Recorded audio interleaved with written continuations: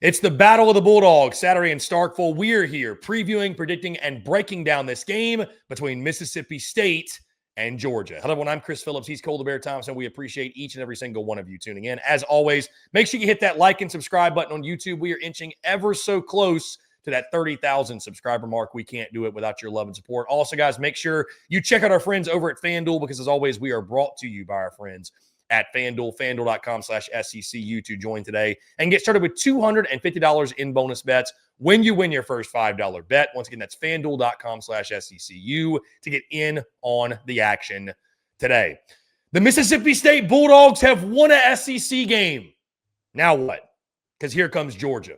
The Georgia Bulldogs are coming to Starkville. It's a battle of the dogs at Davis-Wade Stadium.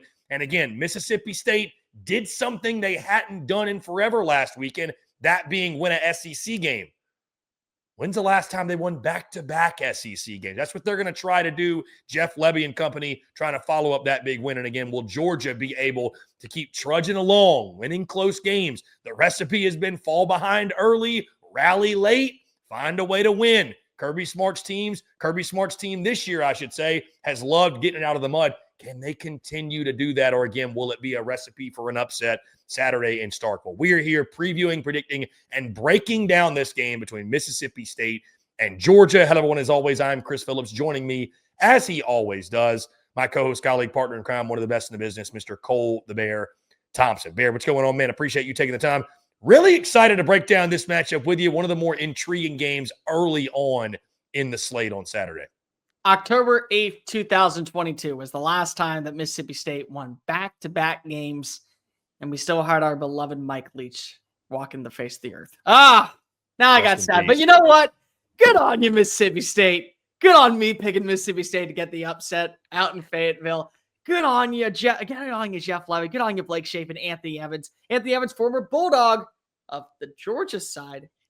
Now let's see what you're able to do against a team that still, as good as they've looked, because they have been good, Georgia, they've also been playing with fire in the first half. And at some point, we all know the rule. You play with fire long enough, you're going to get burned. Can you burn Georgia? Can you put them in a pressure cooker before they face off against Texas? It'll be interesting to see, to say the least. It's going to be a really fun one. I think that this is actually going to be the game that we talk about a lot come Sunday Funday of, hey, there are some things that, once again, you're impressed with what Jeff Lebby's doing out in Starkville. May not come with a win, but you like where the program's headed. A week ago, we were questioning whether Jeff Lebby was the right guy for the job and whether Mississippi State or when they'd ever win an SEC game. Now we're talking about them potentially beating Georgia. Boy, hope is one hell of a drug in this conference. There is no doubt. Either way, this game taking place this Saturday, 11 a.m. Central Time, being aired on ESPN down there in Starkville, Mississippi at Davis-Wade Stadium via our friends over at FanDuel. Georgia is an 8.5-point favorite. The over-under sits at 57.5. Interestingly enough, this number has gone up. Georgia at one point was just a 7.5-point favorite. So the money coming in on the Bulldogs, once again, that being over at FanDuel. Georgia leads this all-time series 21-6, and the last meeting came last year by a final score of 41-31 in Athens. You might recall that was Michael Van Buren and the Mississippi State Bulldogs that went into Athens and gave Georgia all they could handle and then some. So, but with this game here being said, I think it's interesting, Bear, starting on the Georgia side, since that's the team I just saw last. We were at the cocktail party, obviously, last weekend in Jacksonville. You are right. It's interesting. Georgia, they love to play the kind of games they're playing, I think. I think they thrive in it. They love the adversity. They love to get it out the mud. But you are right. At some point, you play with fire long enough, you are not going to be able to come back. You are not going to be able to overcome. You're going to get burnt. I don't know if Mississippi State's that team that once they kind of get the foot on the throat or knock Georgia down, that can keep them down. But once again, we all know, you've talked about it, Davis-Wade Stadium, Cathedral of Chaos, cowbells will be ringing. Don't let those cowbells get ringing too loudly at the halfway point or going into the third quarter, because this one might be the game where you get burnt by that fire. Yeah, Jeff Lebby's already called for the 60,000 cowbells to be on full display when the Bulldogs from Athens come to town. So again, environment plays a massive deal, but so does also making sure that you can close things out. What have we noticed about Mississippi State this year? Mississippi State, they aren't a team that has a lot of wins, but you can see the improvements offensively. You can see the improvements massively on the defensive side with Coleman Hutzler year two. Like, honestly, I owe Coleman Hutzler a little bit of an apology because I called him the worst defensive coordinator in college football history in the SEC, and he's certainly tied in that standpoint. But we've also seen multiple instances. You had the game won. You had the game close. Then you didn't. You had the game against Texas A&M on the road in the first half. It was close. And then Texas A&M came out and they mollywopped you. You had the game on the road against Florida. You were close.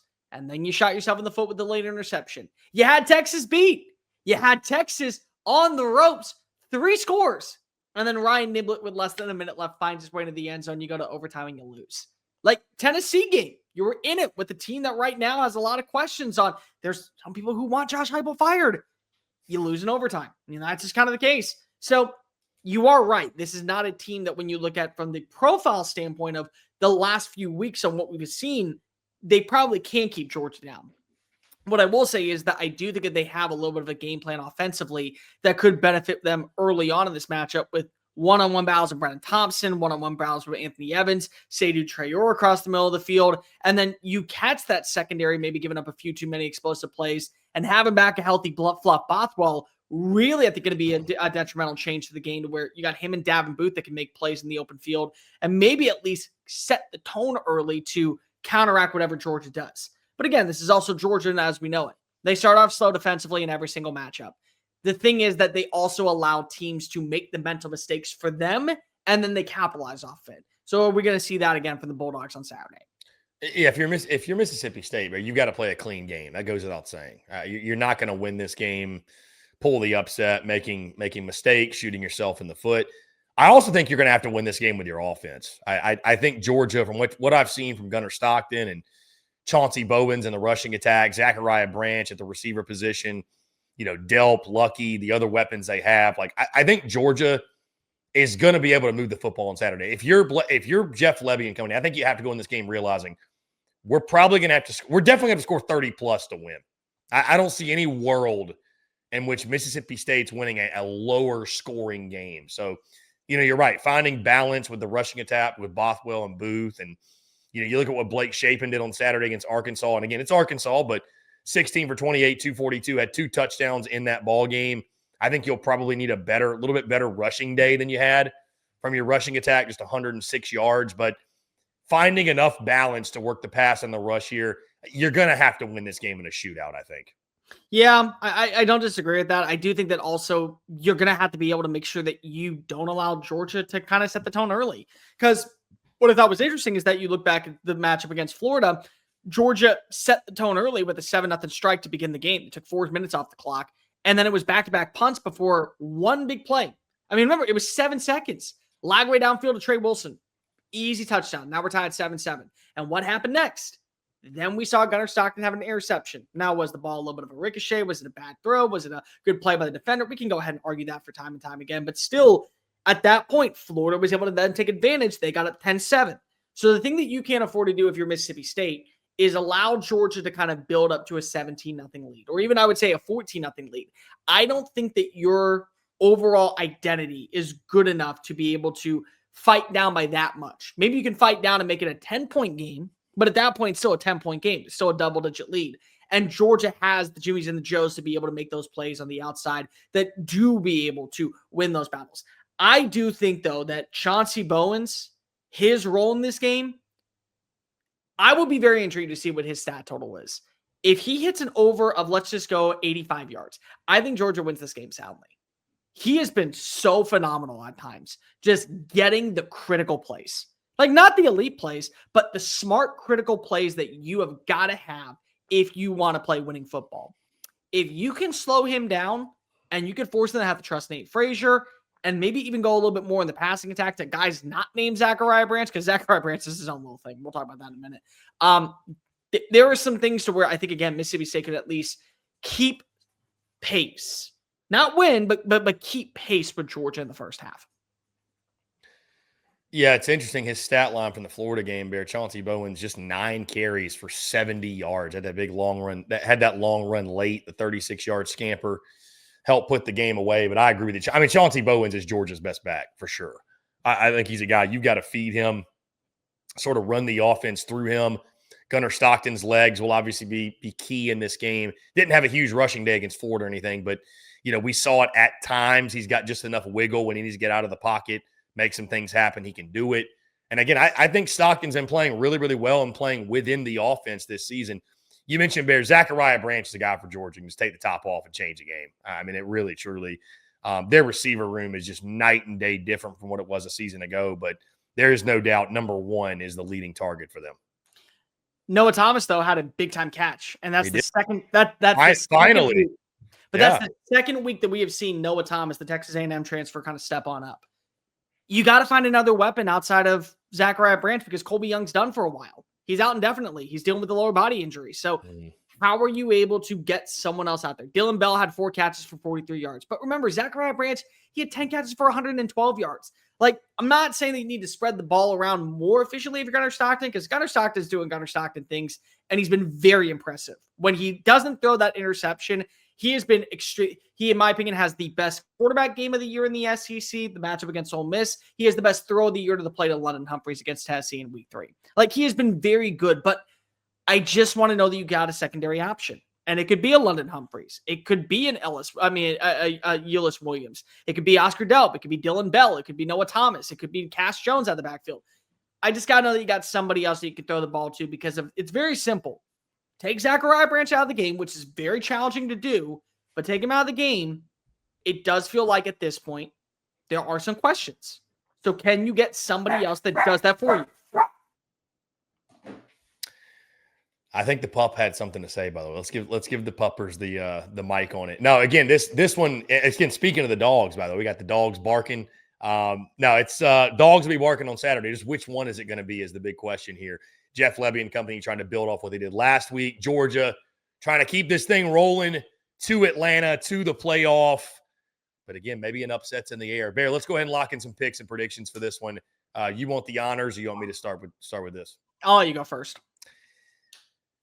Yeah, it's interesting. There's a lot of hype and excitement around this game. You got a couple of the different media landscapes or different media shows, whatever out there that are going to Starkville for this football game, which I think is great for Jeff Lebby and the program, and really happy for them. I was a week early in calling the SEC win for Mississippi State, but they found a way, obviously, against Arkansas, comeback victory, down 14 or 17 or whatever it was, came all the way back in that game, got the win. Congratulations to them. Meanwhile, Georgia, it is so interesting with the dogs. And, being there in person too last week, like, you never felt like Florida was out of it, but you never felt like it wasn't Georgia's game to win. And you never felt like Georgia wasn't in control in a way, if that makes sense. Bear, I hate to be the guy who, like, the party pooper or that burst the bubble. I don't really get the hype and excitement around this game. I don't. I think this game is so obviously Georgia. I think congratulations to Mississippi State and Jeff Lebby and company for getting that first SEC win. I'm like, but it's still a program that has won one SEC game over a 2+ year span.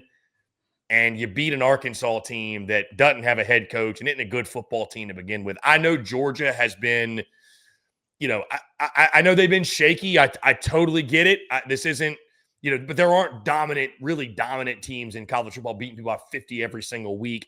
Georgia just continues to find ways to win. I think this is a game we see Georgia pull away.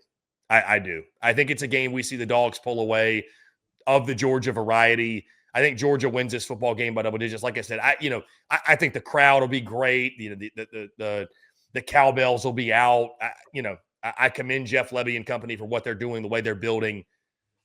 Just because you got an SEC win doesn't mean you're ready to go toe-to-toe with the best. And Georgia is, until we see differently, if not the best, one of the best. I think they'll come in this weekend, make a point. Give me Georgia 38, Mississippi State 23. I love the Bulldogs to cover the 8.5. I think Mississippi State is going to have to win a high-scoring game to win this football game. And I actually think Kirby Smart, Glenn Schumann, and company are going to have a good game plan against State. And I think Georgia offensively continues to play really well, really efficiently. I think Gunnar Stockton's solid yet again. I think they're going to commit to giving the football even more to Chauncey Bowens, who averaged over 7 yards per carry last week. And like you mentioned, there's playmakers all over the place. Zachariah Branch, Dylan Bell, Noah Thomas, that group of tight ends. I think Georgia runs away with this game in the second half, 38-23 final. I got the Dogs of the Athens variety getting the win. There's two truths to every situation. Number one, while we are seeing rebuild and it is looking promising out in Starkville underneath Jeff Lebby, Mississippi State's still in a rebuild. Georgia plays with fire, and eventually it's going to get burnt. But from a talent perspective, this is not a game that you get burnt. This is not a game where on paper you find a way to be able to shoot yourself in the foot so many times that you allow someone to come back on it. Like the Ole Miss game is one where you could say, okay, if they ended up losing that matchup because they had two horrendous interceptions, you could see it from a profile standpoint. But they were able to go ahead and have terrible off defensive execution that was combated by great offensive execution that made winning plays. You talk about the Tennessee game. They definitely had some defensive miscues early on and then in the third quarter, but they also were able to come out and make winning plays. And that's just the bottom line with Georgia right now. Georgia may be a flawed team. Georgia may have a ceiling, but you know what Georgia does consistently? It makes winning plays. The Chauncey Bowens 3rd and 8 run is a winning play. The stop against DJ Lagway and the stop against Jaden Baugh on 4th down are winning plays. It's just what Georgia does. And until you give me a reason why they're not going to be able to show on up and prove that they won't make winning plays, it's hard to bet against them. I think that Blake Shapen is going to have a good day in the first half. I think that Fluff Bothwell and Davin Booth are going to be able to go toe-to-toe when it comes to Chauncey Bowens in the first half. But we're going to see a very similar process of what we watch with Texas A&M. They find a way to pull away. They find a way to be able to dominate. They find a way to be able to prove that they are still Georgia, an elite team that is going to make a run to Atlanta and the college football playoff. And this is not one of those ones to where we look back and say upset city galore. It's not Alabama versus Vanderbilt just because of the cowbells are crying loud into the sky of Starkville, Mississippi on a Saturday morning. It just isn't the case. I got Georgia to win. I got Georgia to cover. I'm even going to be a little bit more disrespectful. I got 37-21. I think that you will see a second half surge from Georgia. And another good game where Gunnar Stockton quietly is putting up numbers that probably warrant a little bit more Heisman hype, even though he's probably not going to get it. There you have it. Listen, the recipe for the upset is there potentially. Or does Georgia play spoiler for the Dogs, faithful and Starkville, come out with a win? Guys, we'd love to hear from you. Thoughts, predictions on this game. Who you going with, Mississippi State or Georgia? Who comes out on top Saturday at Davis-Wade Stadium? Guys, it's going to do all for us. We appreciate each and every single one of you tuning in before we get out of here. Do want to tell you about our friends over at FanDuel because, as always, we are brought to you by our friends at FanDuel. FanDuel's got an offer you don't want to miss this NFL season. New customers can bet just $5 and get $300 in bonus bets if you win. That's right. Pick a bet. Bet $5. If it wins, you'll unlock $300 in bonus bets. Use all across the app. You can build parlays, bet player props, ride the live lines, whatever your style.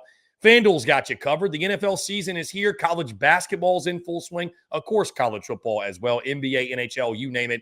The only question is, are you ready to play? Visit FanDuel.com/SECU to download the FanDuel app today. Get started. Once again, FanDuel.com/SECU to get in on the action today. Guys, like I mentioned, that's going to do all for us. We appreciate each and every single one of you tuning in. As always, make sure you hit that like and subscribe button on YouTube. Check us out wherever you get your podcasts, all across your favorite social media platforms, as well as our website, secunfiltered.com. For Cole the Bear Thompson, I'm Chris Phillips. We're signing off. Appreciate each and every single one of you tuning in. Have a great rest of your day, and we'll talk to you all on the other side.